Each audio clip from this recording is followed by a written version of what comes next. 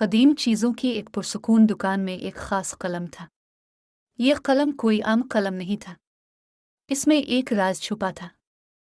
इसके पुराने मालिक हेनरी नामी शख्स का इंतकाल हो गया था और अब सारा इस दुकान की मालिक थी।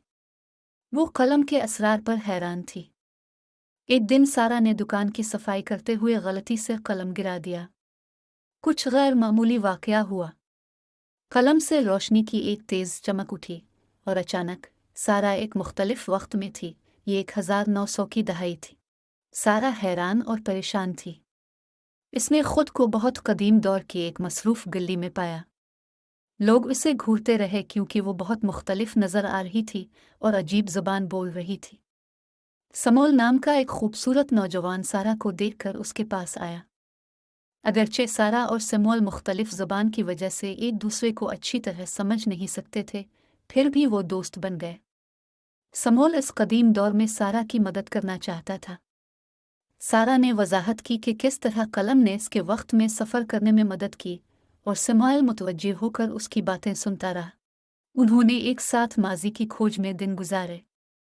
सारा ने इस वक्त के रस्म व रिवाज और मकामात के बारे में समोल से जाना और उसने समोल को मुस्तकबिल और उसकी हैरत अंगेज़ और नाकाबिल यकीन ईजादात के बारे में बताया। एक दिन सारा को मालूम हुआ कि अब इसका अपने वक्त में वापस जाने का वक्त आ गया है। समोल ने समझा और सारा को अलविदा किया।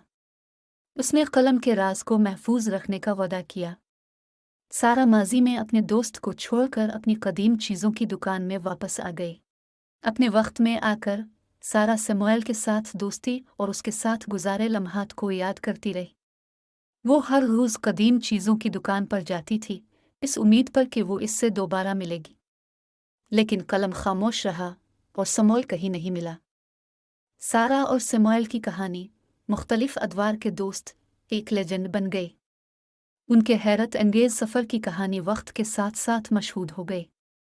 इसने लोगों को वक्त के सफ़र के बारे में सोचने पर मजबूर कर दिया और ये कि दोस्ती मुख्तलिफ अदवार के साथ कैसे चल सकती है और इंसान कलम के ज़रिए वक्त में सफ़र कैसे कर सकता है। कलम अपने तमाम राजों के साथ इस इंतज़ार में था कि कोई और उसकी ताकत दरियाफ्त करे। ये मज़ीद दोस्तियाँ पैदा करने के लिए तैयार था, जो वक्त के साथ साथ गुजर गया।